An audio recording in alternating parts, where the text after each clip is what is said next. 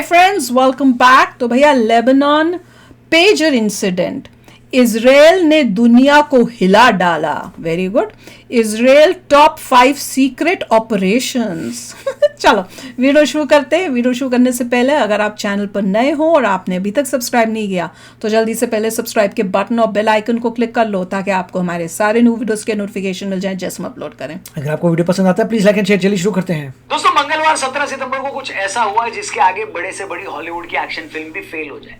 इस दिन दुनिया ने कुछ ऐसा देखा जिसके बारे में आज तक किसी ने इमेजिन सोच ही नहीं सकता किया। कोई। तारीख थी 17 सितंबर, वक्त था दोपहर के 3:30 बजे और तभी लेबनान और सीरिया में एक एक करके 5000 पेजर में धमाके हो। 3000। इससे पहले कि दुनिया इस पेजर कांड पर मीम्स बनाकर शेयर कर पाती, अगले ही दिन वॉकी टॉकी हिजबुल्लाह की तरफ से इस्तेमाल होने वाले walkie talkie, phone, solar panel और हेलो। फिंगरप्रिंट डिवाइसेस में भी हमने तो सिर्फ वॉकी टॉकी इन सुना। धमाकों में 40 से ज्यादा लोग क्या हो चुके हैं राहुल जी? खत्म। जैसे ये खबर और इससे जुड़े फैक्ट्स पता लगने लगे तो लोगों के दिमाग के परखच्चे उड़ गए। पता लगा कि जिन पेजर और वॉकी टॉकीज में ये धमाके हुए हैं उन्हें हिजबुल्लाह से जुड़े लोग इस्तेमाल कर रहे थे। हिजबुल्लाह ने 6 महीने पहले ताइवान की गोल्ड अपोलो नाम की कंपनी को 3000 पेजर का ऑर्डर दिया था। हिजबुल्लाह को लगता था कि अगर वो मोबाइल फोन का इस्तेमाल करेंगे तो इजराइल की खुफिया एजेंसी उसे हैक कर लेगी, इसलिए पेजर यूज करना सेफ हो। मगर इजराइल को यूं ही अपने दुश्मनों का बाप नहीं ना कहते। मोसाद को लगा था कि हिजबुल्लाह के चप्पू पेजर का इस्तेमाल कर रहे हैं। खबर है कि मोसाद के एजेंट्स ने 6 महीने पहले ताइवान की उसी फैक्ट्री का दौरा भी किया था जहां ये पेजर बनते हैं। वहां उनकी क्या सेटिंग हुई किसी को नहीं पता, मगर इससे पहले कि ये पेजर हिजबुल्लाह के लोगों तक पहुंचते, मोसाद ने एक चिप के जरिए इन पेजर्स में 2 आउंस का विस्फोटक इसकी बैटरी के ऊपर फिट कर दिया। इसे ऐसे फिट किया गया कि किसी भी तरह की स्कैनिंग मशीन में पकड़ा ना जा सके। इसे इस तरह डिजाइन किया गया था कि इसमें कोड भेजा जा सकता। 17 सितंबर को जैसे ही इसमें कोड भेजा गया तो पेजर में लगी लिथियम आयरन बैटरी गर्म हो गई। अब मोसाद चाहता तो डायरेक्ट कोड भेजकर भी इन पेजर्स से कैसे बैटरी गर्म होती है? इतने भर से उसका पेट नहीं ना भरना था। हाँ, वही मैं स्विच था, इस तरह से बनाया कि जैसे ही पेजर पर कोड भेजा गया तो वो बहुत जोर जोर से आवाज करने लगी। मोसाद को पता था कि जैसे ही पेजर आवाज करने लगेगा तो लोग इस्तेमाल करने वाला जो भी पेजर इस्तेमाल करता है वो उसको जेब से निकाल कर चेक जरूर करेगा और जैसे ही वो पेजर को देखने के लिए अपने चेहरे के पास लाएगा तभी उसमें ब्लास्ट हो जाएगा। मोसाद ने ऐसा इसलिए किया ताकि उसे इस्तेमाल करने वाले के मुंह और आंख के चीथड़े उड़ जाएं। तभी आप देखोगे जो 3000 लोग तकरीबन इस पेजर ब्लास्ट में जख्मी हुए हैं, या तो उनके प्राइवेट पार्ट्स तहस नहस हो चुके हैं या फिर होंठ और मुंह फट गए। इतना ही नहीं, पहले तो इजराइल ने 20 लोग पेजर ब्लास्ट में मार दिए। फिर अगले दिन जब इन लोगों को दफनाने के लिए ले जाया जा रहा था तो उस अंतिम यात्रा के दौरान कई लोगों के पास वॉकी टॉकीज थे, उसमें भी ब्लास्ट हो गए। कई घरों में पड़े पुराने पेजर्स भी फटने लगे। हालांकि कुछ लोगों का यह भी दावा है कि जो फटे हैं वो पेजर नहीं है, वो हिजबुल्लाह के लोगों की। मैं आगे नहीं बता सकता, आप कमेंट सेक्शन में मत लिखना प्लीज, मेरे को ऐसा बर्दाश्त नहीं है। आप खुद ही समझदार हैं, आगे बढ़ते। मतलब एक होता है जंग में किसी को नुकसान पहुंचाना और दूसरा होता है अपने दुश्मन को जलील करना। इजराइल ने इन पेजर ब्लास्ट के जरिए हिजबुल्लाह के आतंकियों को जैसी मार मारी है उसने पूरी दुनिया में हिजबुल्लाह का मजाक बना कर रखी है।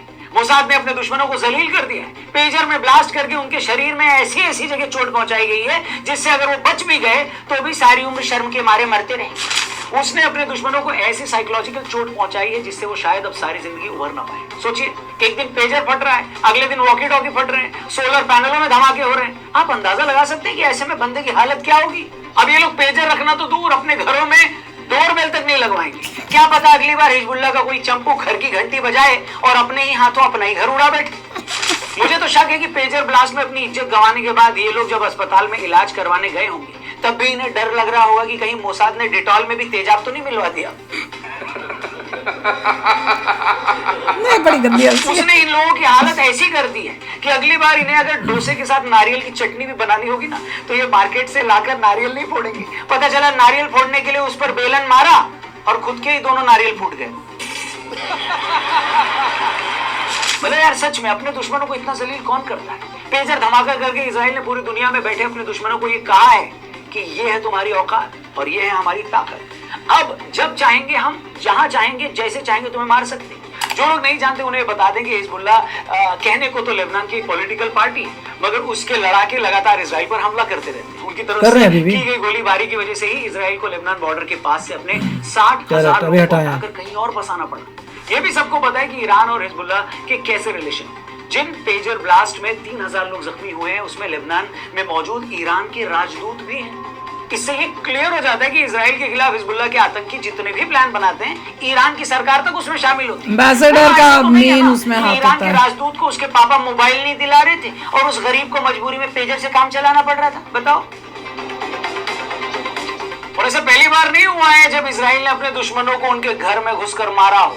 इजराइल ईरान से लेकर सीरिया, लेबनान, इराक तक चारों तरफ अपने दुश्मनों से घिरा हुआ है। उसे अच्छे से पता है कि जिस दिन इन देशों ने न्यूक्लियर बम बना लिया, ये उस दिन इजराइल पर हमला कर देगी। इसलिए वो किसी भी हाल में इन देशों को न्यूक्लियर बम ही नहीं बनाने देता। ईरान के टॉप के न्यूक्लियर साइंटिस्ट थे मोहसिन फखरीजादे, जो ईरान को न्यूक्लियर पावर बनाने में लगे थे। इजराइल ने 2020 में एक एआई फीचर वाली रिमोट मशीन गन से ईरान के अंदर ही घुसकर उस साइंटिस्ट की हत्या कर दी। उस वक्त इजराइल ने सैटेलाइट के जरिए उस रिमोट मशीन गन को कंट्रोल करके साइंटिस्ट की चलती कार पर गोलियां चलाकर उसकी जान ले ली। उनकी जब मौत हुई तब किसी को समझ में ही नहीं आया कि मर्डर हुआ कैसे और किया किसने, क्योंकि वहां तो कोई था ही नहीं। इसी तरह 2010 में मोसाद ने जिस तरह दुबई के होटल में घुसकर हमास के मोस्ट वांटेड कमांडर महमूद अब मबूब को मारा, उसने उस वक्त पूरी दुनिया को हिलाकर रख दिया। इजराइल का आरोप था कि महमूद अब मबूब ने इजराइल के 2 फौजियों को किडनैप करके उनका मर्डर किया था। मोसाद 3 बार उसे मारने की कोशिश कर चुका था, मगर वो हर बार बच जाता था। इस बीच मोसाद को पता चला कि महमूद हथियार खरीदने बार बार दुबई जाता है और वहां से आर्म्स डीलर से मिलता है। 19 जनवरी 2010 को महमूद ने दुबई पहुंचकर अपने लिए एक रूम बुक किया। ऐसा रूम का उसने डिमांड किया जिसमें ना तो कोई खिड़की हो और न ही रूम में कोई बालकनी। अल मबूब टैक्सी लेकर दुबई के अल बुस्ताना होटल के कमरा नंबर 230 में पहुंचता है। 3:30 बजे होटल आता है, फिर 4:30 से 5 के बीच होटल से चला जाता है। उसके बाद वो रात को 8:24 पर दोबारा कमरे में आता है। उस कमरे की एक चाबी महमूद अल मबूब के पास थी और दूसरी होटल स्टाफ के पास, मगर इस बीच मोसाद के लोग उसके कमरे में घुस जाते हैं। वो उस कमरे में कैसे घुसते हैं किसी को नहीं पता। महमूद के कमरे में घुसते ही मोसाद के एजेंट उसे दबोचकर उसे बेहोशी का इंजेक्शन दे देते हैं, फिर उसके मुंह पर तकिया लगाकर उसकी जान ले ली जाती है। उस मर्डर के काफी वक्त तक तो किसी को पता भी नहीं चला था कि उसका मर्डर किया गया है? लोगों को लगा कि शायद वो नींद में ही हो गया। क्या हो गया राहुल जी? खत्म। इस पूरे ऑपरेशन के रियल सीसीटीवी फुटेज आज भी यूट्यूब पर मौजूद है, आप चाहें तो सर्च करके देख सकते हैं। और ऐसे एक नहीं, मोसाद से जुड़े बीसियों किस्से हैं जो ये प्रूफ करते हैं कि मोसाद अपने दुश्मनों को पाताल से भी ढूंढकर निकाल लाता है। सेकेंड वर्ल्ड वॉर के बाद इजराइल ने हिटलर की नाजी आर्मी के अफसरों को पूरी दुनिया में ढूंढ सबको पकड़ा है। 1957 में मोसाद को पता लगा कि हिटलर की इसी नाजी सेना का एक lieutenant colonel Adolf Eichmann Argentina में पहचान बदल कर रह रहा है। आइकमैन हिटलर का वो कर्नल था जिसने यहूदियों को एक साथ मारने के लिए गैस चेंबर बनवाया। उस पर 3 लाख से ज्यादा यहूदियों को मारने का इल्जाम भी था। जैसे ही इजराइल को उसकी पहचान कंफर्म हुई तो उसने आइकमैन को जिंदा इजराइल लाने का प्लान बनाया। 20 मई 1960 को अर्जेंटीना अपनी आजादी की 150वीं सालगिरह मनाने वाला था। इजराइल ने डिसाइड किया कि वो इस मौके पर होने वाले प्रोग्राम के लिए अपना एक डेलीगेशन अर्जेंटीना भेजेगा और उसी डेलीगेशन में मोसाद के एजेंट्स भी रहेंगे। इस डेलीगेशन के अर्जेंटीना पहुंचने से पहले मोसाद ने ये पता लगा लिया था कि एडोल्फ आइकमैन अर्जेंटीना में रहता कहाँ है, क्या करता है और उसका रूटीन क्या है। इसके बाद मोसाद के एजेंट्स ने 11 मई 1960 को उसके घर के रास्ते से उसे किडनैप कर लिया। कई दिनों तक अर्जेंटीना में उसे छिपा कर रखा और बाद में इन लोगों ने आइकमैन को हल्के नशे का इंजेक्शन दिया और उसे फ्लाइट का क्रू मेंबर बनाकर अपने साथ ले आए। इजराइल लाने पर आइकमैन पर मुकदमा दर्ज किया गया, बाद में उसे मौत की सजा सुनाई गई और 1962 में उसे फांसी पर चढ़ा दिया। इस पूरी कहानी पर 2018 में एक ऑपरेशन फिनाले नाम की मूवी भी बनाई गई, देखनी पड़ेगी। काफी सक्सेसफुल। देखी भी है? मैंने देखी शायद, पता नहीं। इसी तरह इजरायली सेना और उसकी खुफिया एजेंसी की तरफ से किया गया ऑपरेशन एंटेबे भी दुनिया के इतिहास का सबसे हैरत अंगेज ऑपरेशन है। 27 जून 1976 को एयर फ्रांस की उड़ान 139 जो कि फ्रांस से इजराइल आ रही थी, उसे कुछ फिलिस्तीनी आतंकियों ने हाईजैक कर लिया। ये लोग फ्लाइट को हाईजैक करके युगांडा के एंटेबे एयरपोर्ट ले गए। टेररिस्ट लोगों को छोड़ने के बदले दुनिया भर की कई जेलों में बंद फिलिस्तीनी आतंकियों को छोड़ने की डिमांड कर रहे थे, मगर इजरायली सरकार किसी तरह से इनके आगे झुकने के लिए तैयार नहीं थी। इजरायली आर्मी और मोसाद की टीम ने मिलकर 10 कमांडोज की एक टीम बनाई। इजरायली कमांडो एक ब्लैक मर्सिडीज और कुछ लैंड रोवर्स लेकर एयरपोर्ट पहुंचे ताकि वहां की सिक्योरिटीज को लगे कि युगांडा के राष्ट्रपति ईदी अमीन अपनी फॉरेन ट्रिप से वापस आ गए। इसके बाद अगले 1.5 घंटे तक चले भयंकर ऑपरेशन में इजराइल के कमांडोज ने फिलिस्तीनी आतंकियों और युगांडन आर्मी के फौजियों समेत 45 लोगों को मार दिया।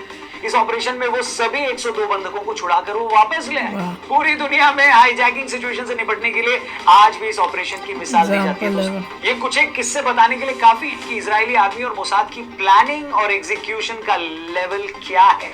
ये बताने के लिए काफी है कि अगर विल पावर हो तो एक छोटा सा देश अपने से 200 गुना मेहनत की है उन्होंने, जान अपनी पूरी की इजराइल लगा ने के। अभी जो लेबनान में किया है वो उसी की एक और मिसाल है। इजराइल के हाथों हिजबुल्लाह की कुटाई ऐसे हर उस जिहादी के लिए एक सबक है जिसे लगता है कि आबादी बढ़ाने से वो ताकतवर हो जाएगा।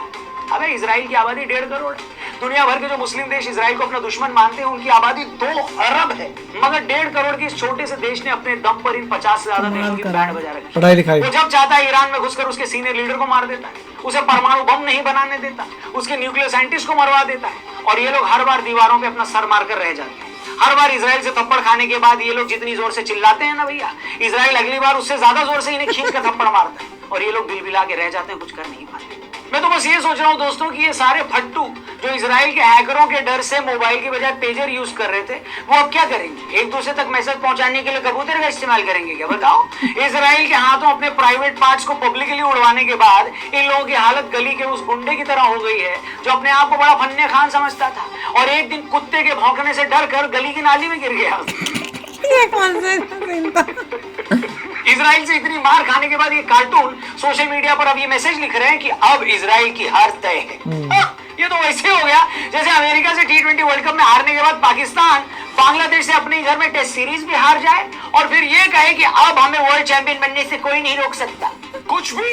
अरे शर्म कर लो बेशर्मो थोड़ा सा, कब तक यूं जूते खाते रहोगे बे? मतलब जरा सोचो, आप लोग सुबह शाम दिन रात ये प्लान बनाते रहते हो कि कैसे अपने दुश्मन को उसके घर में घुसकर मारना है, और आपका दुश्मन बिना आपके घर में घुसे आपको आपकी जेब के अंदर घुस के मार जाता है, और आप किसी को मुंह और कुछ भी दिखाने के लायक नहीं रहते। बाकी इजराइल के इस ऑपरेशन पर आपकी क्या राय है? क्या आपको लगता है भारत ने भी हाल ही में पाकिस्तान और कनाडा में बैठे अपने दुश्मनों को क्या ऐसे ही किया है? क्या किया राहुल जी? खत्म। क्या लगता है आपको कि इजराइल जैसा देश अगर हमारा दोस्त है यानी भारत का दोस्त है तो क्या इससे पाकिस्तान की बिना कुछ कहे ही हालत खराब रहती है क्या? जो भी आप सोचते हैं कमेंट करके जरूर बताइए। वीडियो आपको पसंद आई है इसकी गारंटी मैं लेता हूं, इसलिए प्लीज अपने दोस्तों से इसे जरूर शेयर करिएगा और हमारा पॉडकास्ट भी जरूर देखिएगा। पिछला पॉडकास्ट रसराज जी महाराज के साथ हमने रिकॉर्ड किया, इससे पहले वाली वीडियो वही है, जाकर जरूर देखिए। हनुमान जी महाराज के भक्त हैं तो उनके हर एक भक्त तक इस पॉडकास्ट को भी जरूर पहुंचाएं। ऐसी वीडियो देखने के लिए इस चैनल को सब्सक्राइब करके जाएं। जल्दी मुलाकात होगी।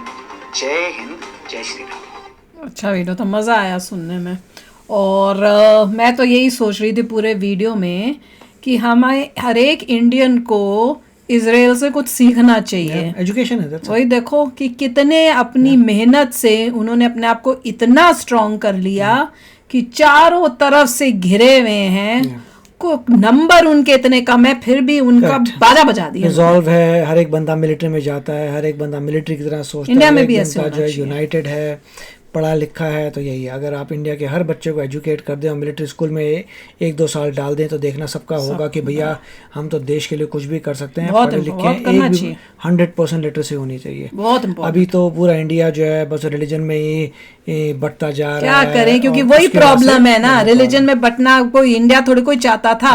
वहाँ के जो लोग हैं उन्होंने ये प्रॉब्लम क्रिएट किया। जिस मेंटालिटी से इस मेंटालिटी के अगेंस्ट इजराइल लड़ रहा है, वही मेंटालिटी के अगेंस्ट बेचारा हमारा इंडिया जो है वो सहज मुझे ये पता नहीं तो कि इंडिया की देखो पॉलिटिक्स इजराइल के तो दुश्मन बाहर बैठे हुए हैं ना, दूसरी कंट्री से अटैक कर रहे हैं। हमारे इंडिया में तो हमारे देश में ही बैठ के हमें अटैक हो रहे हैं, तो और भी हमारे लिए टफ है।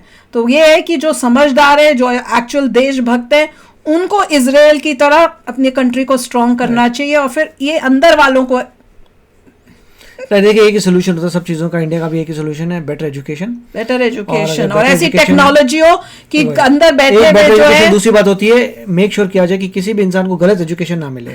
वो तो बहुत अच्छी एजुकेशन मिलनी चाहिए एवरीबॉडी कंपलसरी।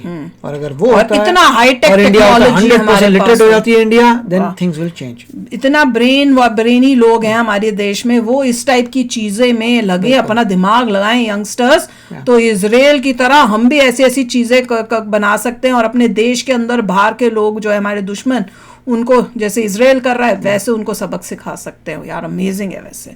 तो चलो आप भी शेयर करना अपने थॉट्स। चलते हैं, मिलेंगे नेक्स्ट वीडियो में बहुत ही जल्द। Till then take care and bye bye. तो अगर आप मेरे इस चैनल पे नए हो तो जल्दी से सब्सक्राइब के बटन को हिट करो और बेल आइकन को क्लिक करो, ताकि आपको मेरा जब नया वीडियो मैं लगाऊं आपको उसके बारे में जल्दी से पता चल जाए।